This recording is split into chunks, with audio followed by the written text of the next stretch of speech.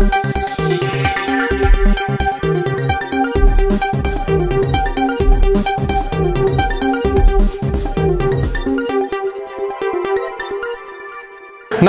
ಏನಿಸ್ ಟಿವಿಯ ಸ್ಪೀಡ್ ನ್ಯೂಸ್ಗೆ ಸ್ವಾಗತ. ನಾನು ಲೋಕೇಶ್. ದೇಶ, ರಾಜ್ಯ ಸೇರಿದಂತೆ ಸ್ಥಳೀಯ ವಿದ್ಯಮಾನಗಳ ಪಟಾಪಟ್ ಸುದ್ದಿಗಳು. ರಾಜಸ್ಥಾನದ ಅಜ್ಮೀರ್ ಜಿಲ್ಲೆಯಲ್ಲಿ ಚಲಿಸುತ್ತಿದ್ದ ಕಾರಿಗೆ ಏಕಾಏಕಿ ಬೆಂಕಿ ಹೊತ್ತಿಕೊಂಡ ಪರಿಣಾಮ ಒಂದೇ ಕುಟುಂಬದ 4 ಸಜೀವ ದಹನವಾಗಿರುವ ಭೀಕರ ಘಟನೆ ನಡೆದಿದೆ. ಚಲಿಸುತ್ತಿದ್ದ ಕಾರಿನಲ್ಲಿ ಬೆಂಕಿ ಕಾಣಿಸಿಕೊಂಡ ಪರಿಣಾಮ ಕುಟುಂಬದ 4 ಸಜೀವ ದಹನವಾಗಿರುವ ಘಟನೆ ರಾಜಸ್ಥಾನದ ಅಜ್ಮೀರ್ ಜಿಲ್ಲೆಯ ಬರೋಡಾ ಪೊಲೀಸ್ ಠಾಣಾ ವ್ಯಾಪ್ತಿಯಲ್ಲಿ ನಡೆದಿದೆ.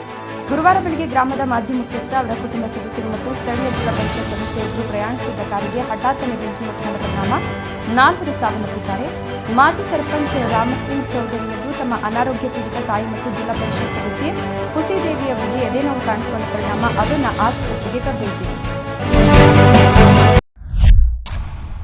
ಅಮೆರಿಕ ಅಧ್ಯಕ್ಷ ಡೊನಾಲ್ಡ್ ಟ್ರಂಪ್ ಘೋಷಿಸಿದ್ದ ಬೋರ್ಡ್ ಆಫ್ ಪೀಸ್ ಯೋಜನೆಗೆ ಜಾಗತಿಕ ಮಟ್ಟದಲ್ಲಿ ಭಾರೀ ಭರವಸೆ ಸಿಕ್ಕಿದ್ರು ಅಧಿಕೃತ ಖಾತೆಗೆ ಇದುವರೆಗೂ ಯಾವುದೇ ಹಣ ಜಮೆಯಾಗಿಲ್ಲ ಎಂಬ ಮಾಹಿತಿ ಬಹಿರಂಗವಾಗಿದೆ.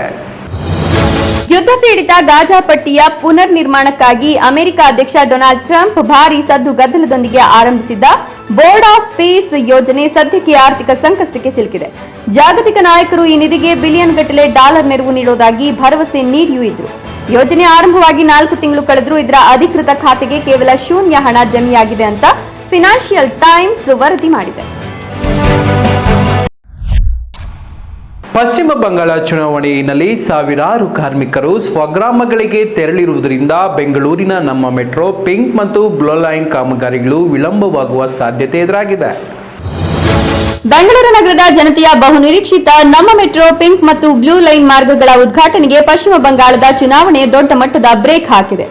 ಮತದಾನ ಮಾಡಲು ಸ್ವಗ್ರಾಮಗಳಿಗೆ ತೆರಳಿದ ಸುಮಾರು 10,000ಕ್ಕೂ ಹೆಚ್ಚು ಬಂಗಾಳಿ ಕಾರ್ಮಿಕರು ಇನ್ನು ಬೆಂಗಳೂರಿಗೆ ಮರಳಿ ಬಾರದ ಹಿನ್ನೆಲೆಯಲ್ಲಿ ಮೆಟ್ರೋ ಕಾಮಗಾರಿಗಳು ಸಂಪೂರ್ಣ ಸ್ಥಗಿತಗೊಳ್ಳುವ ಹಂತಕ್ಕೆ ತಲುಪಿವೆ. ಉಮಾನಾಥ್ ಗಂಗಾ ಘಾಟ್ ಬಳಿ ಗಂಗಾ ನದಿಯಲ್ಲಿ ಸಣ್ಣ ದೋಣಿ ಪಲ್ಟಿಯಾಗಿ ಹಲವರು ನಾಪತ್ತೆಯಾಗಿರುವ ಶಂಕೆ ವ್ಯಕ್ತವಾಗಿದ್ದು ಎನ್ಡಿಆರ್ಎಫ್ ತಂಡಗಳು ಶೋಧ ಕಾರ್ಯ ಮುಂದುವರಿಸಿದೆ. ಉಮಾನಾಥ್ ಗಂಗಾ ಘಾಟ್ ಬಳಿ ಗಂಗಾ ನದಿಯಲ್ಲಿ ದೋಣಿ ಮುಳುಗಿ ಹಲವರು ಸಾವನ್ನಪ್ಪಿರುವ ಶಂಕೆ ವ್ಯಕ್ತವಾಗಿದೆ. ಈಗಾಗಲೇ 2 ಶವ ಸಿಕ್ಕಿದೆ. ದೋಣಿಯಲ್ಲಿ ಸುಮಾರು 14ರಿಂದ 15 ಜನರಿದ್ದರು. ಸುಮಾರು 7 ಜನರು ಮುಳುಗಿ ಹೋಗಿರುವ ಶಂಕೆ ಇದೆ. ಇತರರನ್ನ ಮತ್ತೊಂದು ದೋಣಿ ಬಳಸಿ ರಕ್ಷಿಸಲಾಗಿದೆ. ಎಲ್ಲಿಯವರೆಗೆ ಎಷ್ಟು ಜನರು ಮುಳುಗಿದ್ದಾರೆಂದು ದೃಢಪಟ್ಟಿಲ್ಲ. ಬಲವಾದ ಗಾಳಿಯಿಂದಾಗಿ ಸಣ್ಣ ದೋಣಿ ಪಲ್ಟಿಯಾಗಿದೆ. ಎಸ್ಡಿಆರ್ಎಫ್ ತಂಡಗಳು ಸ್ಥಳಕ್ಕೆ ಧಾವಿಸ್ತಾ ಇದ್ದು ಶೋಧ ಕಾರ್ಯ ಆರಂಭವಾಗಿದೆ.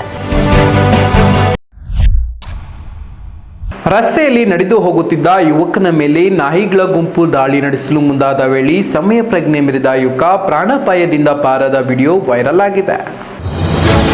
ರಸ್ತೆಯಲ್ಲಿ ತನ್ನಷ್ಟಕ್ಕೆ ತಾನು ನಡೆದು ಹೋಗ್ತಿದ್ದ ಯುವಕನ ಮೇಲೆ ನಾಯಿಗಳು ಹಠಾತ್ ದಾಳಿಗೆ ಮುಂದಾಗಿದ್ದ ವಿಡಿಯೋ ವೈರಲ್ ಆಗಿದೆ. ವರದಿಗಳ ಪ್ರಕಾರ ನಾಯಿಗಳು ಆತನನ್ನ ಸುತ್ತುವರೆದು ಕಚ್ಚಲು ಮುಂದಾದಾಗ ಆತ ತೀವ್ರ ಆತಂಕಕ್ಕೊಳಗಾಗಿದ್ದಾರೆ. ಆದರೆ ಅದೇ ಹತಾಶೆ ಮತ್ತು ಪ್ರಾಣಭಯದ ಮಧ್ಯೆ ಆ ವ್ಯಕ್ತಿ ಸಮಯ ಪ್ರಜ್ಞೆ ಮೆರೆದಿದ್ದಾರೆ. ತನ್ನನ್ನ ಕಚ್ಚಲು ಬಂದ ನಾಯಿಗಳಲ್ಲಿ ಒಂದನ್ನ ಅತ್ಯಂತ ವೇಗವಾಗಿ ಕೈಯಿಂದ ಗಟ್ಟಿಯಾಗಿ ಹಿಡಿದು ಅದನ್ನ ಉಳಿದ ನಾಯಿಗಳ ಕಡೆಗೆ ಬಲವಾಗಿ ಎಸೆದಿದ್ದಾರೆ. ಆತನ ಆ ಅನಿರೀಕ್ಷಿತ ತಿರುಗೇಟಿನಿಂದ ಗಾಬರಿಯಾದ ನಾಯಿಗಳ ಹಿಂಡು ಅಲ್ಲಿಂದ ತಕ್ಷಣವೇ ಓಡಿ ಹೋಗಿದೆ. ಪರಿಣಾಮವಾಗಿ ಆ ವ್ಯಕ್ತಿ ಪ್ರಾಣಾಪಾಯದಿಂದ ಪಾರಾಗಿದ್ದಾರೆ.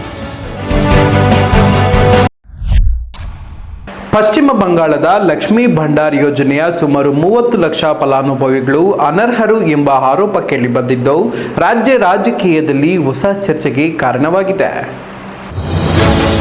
ಪಶ್ಚಿಮ ಬಂಗಾಳ ರಾಜಕೀಯದಲ್ಲಿ ಮಹಿಳಾ ಕಲ್ಯಾಣ ಯೋಜನೆಗಳ ಕುರಿತು ಮತ್ತೊಮ್ಮೆ ಭಾರಿ ವಿವಾದ ಸೃಷ್ಟಿಯಾಗಿದೆ. ರಾಜ್ಯದ ಜನಪ್ರಿಯ ಲಕ್ಷ್ಮೀ ಭಂಡಾರ್ ಯೋಜನೆಯ ಸೌಲಭ್ಯ ಪಡೆಯುತ್ತಿರುವ ಸುಮಾರು 3 ಮಿಲಿಯನ್ ಫಲಾನುಭವಿಗಳು ಈ ಯೋಜನೆಗೆ ಸಂಪೂರ್ಣ ಅನರ್ಹರಾಗಿದ್ದಾರೆ ಅಂತ ಮುಖ್ಯಮಂತ್ರಿ ಸುವೇಂದು ಅಧಿಕಾರಿ ಹೇಳಿದ್ದಾರೆ.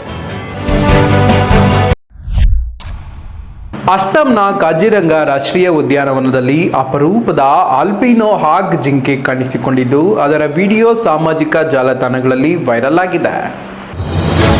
ಸಾಮಾನ್ಯವಾಗಿ ಕಂದು ಬಣ್ಣದಲ್ಲಿ ಕಂಡುಬರುವ ಹಾಗ್ ಜಿಂಕೆ ಅಸ್ಸಾಂನ ವಿಶ್ವ ಪ್ರಸಿದ್ಧ ಕಾಜಿರಂಗ ರಾಷ್ಟ್ರೀಯ ಉದ್ಯಾನವನದಲ್ಲಿ ಹಾಲಿನ ಬಿಳಿ ಬಣ್ಣದಲ್ಲಿ ತಿರುಗಾಡ್ತಿರೋದು ಕಂಡುಬಂದಿದೆ. ಈ ಅತ್ಯಂತ ಅಪರೂಪದ ದೃಶ್ಯದ ವಿಡಿಯೋವನ್ನು ಅಸ್ಸಾಂ ಮುಖ್ಯಮಂತ್ರಿ ಹಿಮಂತ ಬಿಶ್ವಾ ಶರ್ಮಾ ಅವರೇ ತಮ್ಮ ಸಾಮಾಜಿಕ ಮಾಧ್ಯಮ ಹ್ಯಾಂಡಲ್ನಲ್ಲಿ ಹಂಚಿಕೊಂಡಿದ್ದಾರೆ.